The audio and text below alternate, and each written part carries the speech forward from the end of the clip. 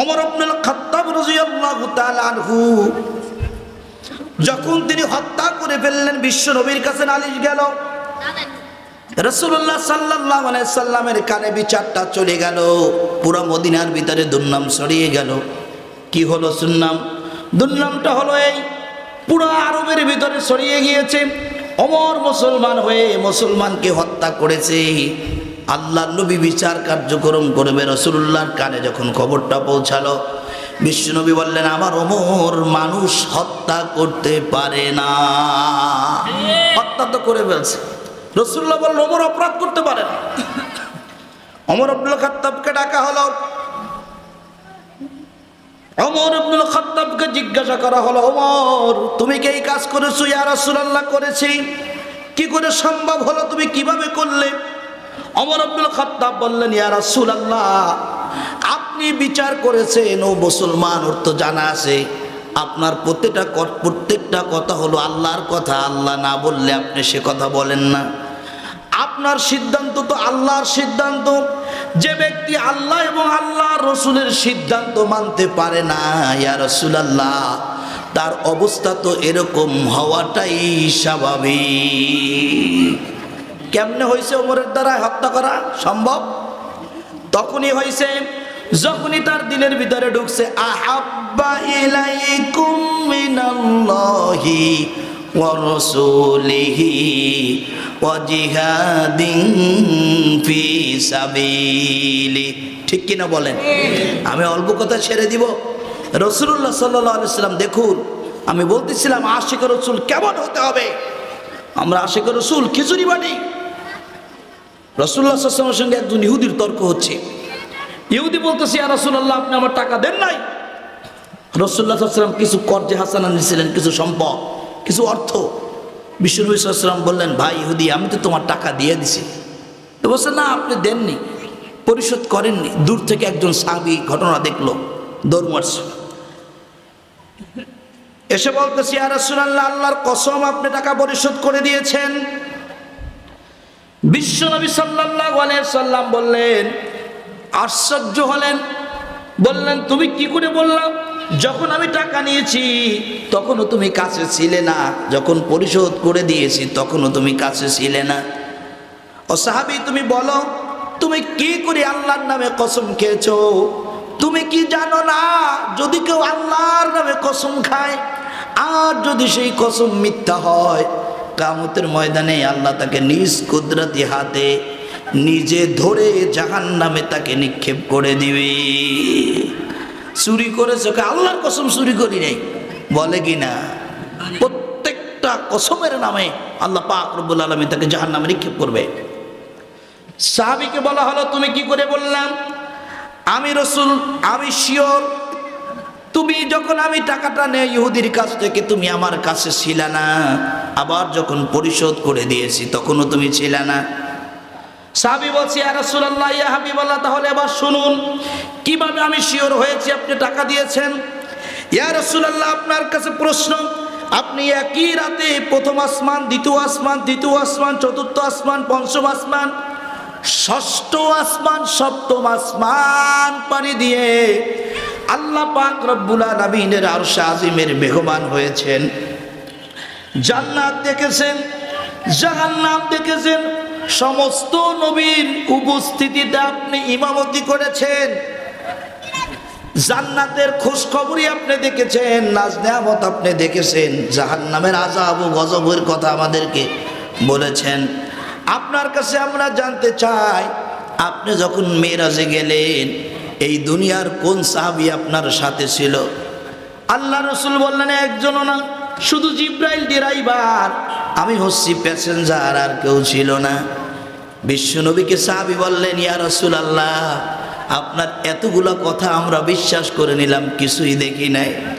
ইয়া রাসূলুল্লাহ আপনি বলেছেন কবর আছে, কবরের মধ্যে বিচার হবে। ইয়া রাসূলুল্লাহ আপনি বলেছেন কিয়ামতের ময়দান কায়েম হবে। মালি হাযাল কিতাবি লা ইউগাদিরু সাগীরাতাও ওয়ালা কাবীরাতান ইল্লা আহসাহা। আমলনামা বন্টন করা হবে। ছোট থেকে বড়, বড় থেকে ছোট, কোনো কিছুই বাদ পড়বে না। প্রত্যেকেই আমলনামা হাতে পেয়ে তারা আশ্চর্য হয়ে যাবে, হায় আফসোস, জীবনের কোনো কাজই তো বাকি পড়লো না। ছোট্ট আমলটাও উঠেছে, বড় আমলটাও উঠেছে, ছোট্ট গুনাহটাও তো রেকর্ডিং হয়েছে, বড় গুনাহটাও তো এখানে উঠেছে। ইয়া রাসূলুল্লাহ, আপনি বলেছেন সেদিন বিচার কাজ ফয়সালা হয়ে যাওয়ার পরে কেউ জান্নাতে চলে যাবে, কেউ জাহান্নামে চলে যাবে। ইয়া রাসূলুল্লাহ, আপনি বলেছেন ময়দানটা হবে তামার, উত্তপ্ত গরম, যার গরম তাপে মানুষের মাথা ফেটে এগুলো টকবক টকবক করে ফুটতে থাকবে। ইয়া রাসূলুল্লাহ, আপনি বলেছেন মানুষের গায়ের ঘামে, কারো গায়ের ঘাম হবে তার হাঁটু পর্যন্ত, কারো গায়ের ঘাম হবে তার মাজা পর্যন্ত, কারো হবে গর্দান পর্যন্ত, আর কেউ নিজের ঘামের ভিতরে হাবুডুবু খেতে থাকবে। আর শরীরের ঘাম এত গরম হবে, দুনিয়ার আগুনে জ্বালিত পানি যেমনিভাবে টকবক টকবক করে, তার চাইতো ওই ঘামের তেজ গরম থাকবে আরো 70 গুণ বেশি। ইয়া রাসূলুল্লাহ, বলুন তো কে দেখেছে? কেউ আমরা এই জিনিসগুলা দেখি নাই, শুধুমাত্র আপনি বলেছেন। আপনার কথা বিশ্বাস করে বাপ মা বাপ দাদার ধর্ম ত্যাগ করে দিয়া আপনার কথার উপর ঈমান এনেছি। ইয়া রাসূলুল্লাহ, এতগুলি কথার উপর ঈমান আনতে পারলাম, দেখতে চাইলাম না, কোনো দলিল চাইলাম না, কোনো প্রমাণ চাইলাম না, এতগুলো কথা আপনি বলেছেন আর আমরা বিশ্বাস করে নিয়েছি।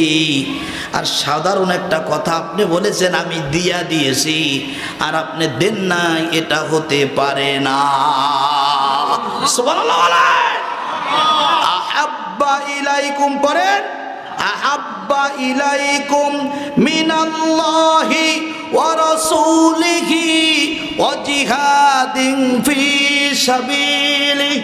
যতক্ষণ পর্যন্ত বন্ধু আপনার আমার দিলের ভিতরে দুনিয়ার সম্পদ, সন্তান, স্ত্রী, ভাই, পিতা মাতা, আত্মীয় স্বজনের চাইতে মহাব্বত যতক্ষণ পর্যন্ত আল্লাহ এবং আল্লাহর রাসূল, আল্লাহর সিদ্ধান্ত জিহাদ ফি সাবিলিল্লাহর উপরে মহাব্বত না হবে, ততক্ষণ পর্যন্ত আমরা ঈমানদার হতে পারবো না। অত সোজা আশিকে রাসূল হওয়া, অত সোজা? ভাইরা আমার, আর একটু খোলাসা করি, বুঝতে সুবিধা হবে। বিশ্বনবী সাল্লাল্লাহু আলাইহি ওয়াসাল্লাম, আল্লাহর পেয়ারা হাবিব রাসূলুল্লাহ সাল্লাল্লাহু আলাইহি ওয়াসাল্লামকে কাফেররা বন্দী করে ফেললো শিহাবে আবি তালিবের ভিতরে। এই আলোচনা আপনারা শুনেছেন অনেকেই, আমি ওইদিকে যাব না, ওখান থেকে একটা জিনিস বোঝার জন্য বলতেছি। রাসূলুল্লাহ সাল্লাল্লাহু আলাইহি সাল্লামকে বন্দী করা হলো 3টা বছর। কতদিন? 3 বছর। শুনুন সেই জেলখানার করুণ কাহিনী কি ছিল অবস্থা। 2 পাশ দিয়ে সীসা ঢালা প্রাচীর ছিল, আর 2 পাশে বড় উঁচু পাহাড়, বেয়ে ওঠার কোনো ব্যবস্থা ছিল না।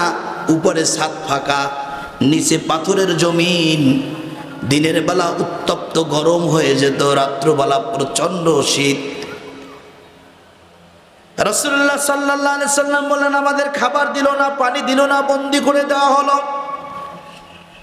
ঘোষণা করে দেওয়া হলো মুহাম্মদ সাল্লাল্লাহু আলাইহি সাল্লামের সঙ্গে যারা যোগাযোগ রাখতে চাবে, প্রমাণিত হলে তাদের শরীর থেকে, গর্দান থেকে মাথাটাকে কল্লা আলাদা করে ফেলানো হবে।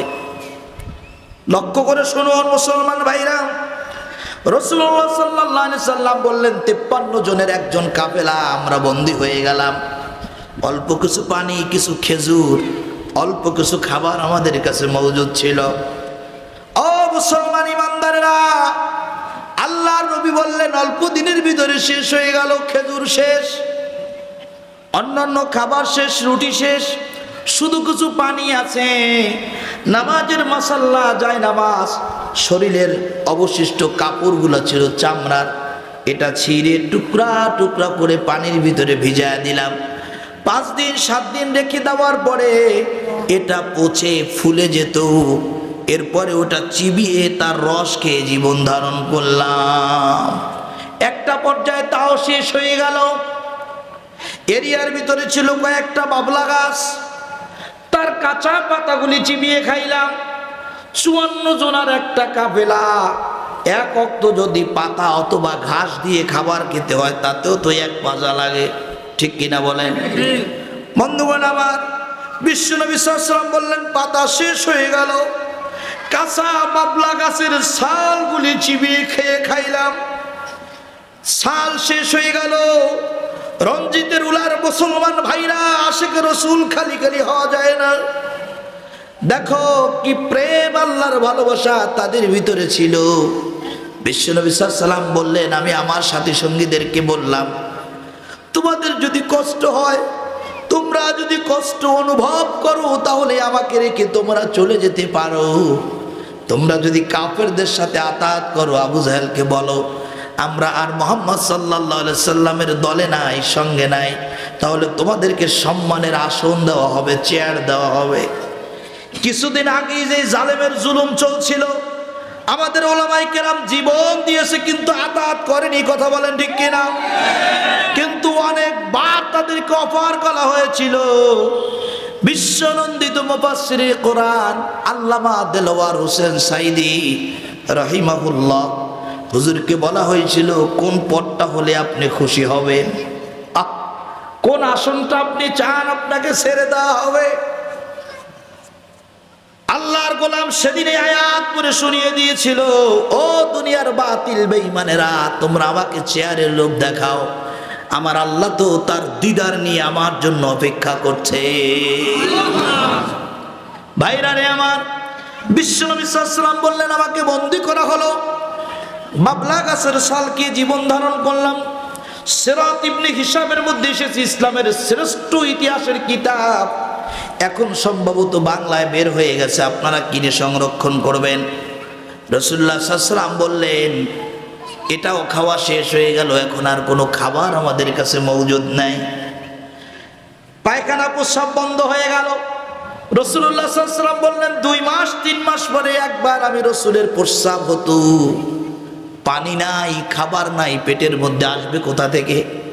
আল্লাহ নবী বললেন 3 মাস 4 মাস পরে একবার প্রস্রাব হলো, আমি নিজে তাকিয়ে দেখলাম প্রস্রাবের রাস্তা দিয়া পানির পরিবর্তে আমি মুহাম্মদ সাল্লাল্লাহু আলাইহি সাল্লামের শরীর থেকে তাজা রক্তগুলো দরদর করে বের হয়ে যাচ্ছে।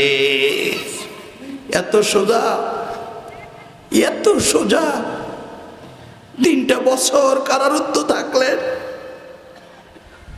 সময় কম এলাকার ভাইরা, আল্লাহর রাসূল বললেন 3টা বছর পরে আবু জাহেলের দলবল এসে আমাকে বলল, কুম ইয়া মুহাম্মদ। আমর ইবনে হিশাম, জুহাইর ইবনে আবু উমাইয়া, মুতঈম ইবনে আদি, জাইমা ইবনে আসওয়াদ ইবনে মুত্তালিব, বুখতারি ইবনে হিশাম, এই কাফেরগুলি অসংখ্য দলবল নিয়ে হাজির হয়ে গেল গেটে। তালা ভেঙে ফেলল। ওরা ডাক দিল, কুম ইয়া মুহাম্মদ, কুম ইয়া মুহাম্মদ, কুম ইয়া মুহাম্মদ। প্রত্যেকটা ডাক আমি রাসূলের কান পর্যন্ত পৌঁছেছে, কিন্তু একটা ডাকের সাড়া দেওয়ার মতো শক্তি আমি রাসূলের শরীরে ছিল না। আল্লাহর নবী বললেন লোকগুলি না খেয়ে শুকিয়ে পাথরের সাথে মিশে গেল। বিশ্বনবী সাল্লাল্লাহু আলাইহি সাল্লাম বললেন 3 দিন 3 রাত কাফেররা সেখানে অবস্থান করলো। 3 দিন 3 রাত্র মক্কার যত ফল ছিল এগুলা নির্যাস করে রস তৈরি করে আল্লাহ রসুলের মুখের উপরে ঢালা হলো। বিশ্বনবী সাল্লাল্লাহু আলাইহি সাল্লাম পান করলেন। 3 দিন 3 রাত থাকার পরে আল্লাহ রসুলের হুঁশে আসলো। রাসূলুল্লাহ সাল্লাল্লাহু আলাইহি সাল্লাম হুঁশে আসার পরে কাফেরদেরকে বললেন, তোমরা একটু আমাকে তোমাদের কাঁধে ভর করে একটু দাঁড়া করাও, জাগ্রত করে ধরো। আল্লাহর নবীকে দাঁড়া করানো হয়, আবার পড়ে যান, নিজের পায়ে নিজে দাঁড়াতে পারছেন না।